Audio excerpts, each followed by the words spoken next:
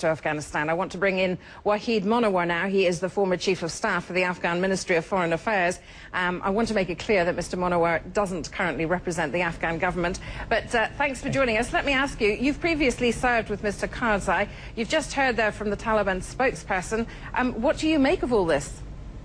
Excellent. Thank you for having me. I think we could, one thing that the statement from Mr. Shaheen clarifies that he really has no understanding of the concept of Islamic Republic of Afghanistan. This thing has been forced on them, but he cannot really process what does it mean. He just said that that's not important. It is very important.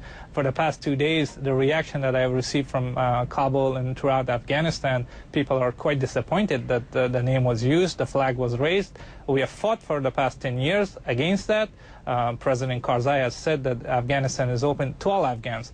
If the Taliban are Afghans, the door is open to them. But no, they are the one who has created the violence. They have created the uncertainties. They are the one who are representing the interest of Pakistan. This is this ingenuous statement coming from Mr. Shaheen. I'm disappointed, but I'm not surprised because he really doesn't understand what does it mean to be a part of Islamic Emirates of Afghanistan. Well, let me ask you, what do you make of the United States' role in all of this, saying that there weren't to be no talks on Thursday, as had previously been indicated. And then in the last few minutes, we hear from our State Department correspondent, Jill Doherty, that talks are indeed scheduled with the Taliban in the coming days. Well, actually, this is a good news, because we do need to have the talks. Talks are part of the peace-building process. If we are talking to the Taliban, and if we are talking to bringing all parties to seek a solution and compromise on issues, this is an excellent news. This is not the first time that the U.S. government has met with the Taliban. They have met with them last year, and then it fell apart because the issues were not solved.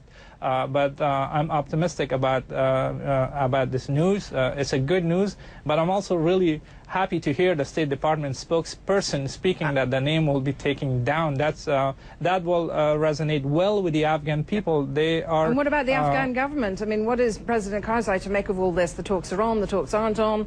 Where does he think that he's going to be able to make progress?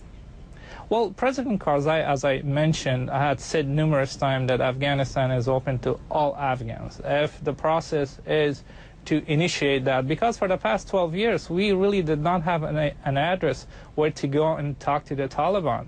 You know, the emissary came, a representative came to Kabul and assassinated the former president in the name of a peace emissary. So now they have an address. If something goes wrong, we can know where to go. There literally is an address in Doha. Yeah, this is, I think, the entire process, the entire purpose of this is to have an address and to see what are the issues, instead of going back and forth and bringing people that really don't represent the program. We must leave it there. Wahid Monawar, thank you very much indeed for joining us, former Chief of Staff for the Afghan Ministry of Foreign Affairs.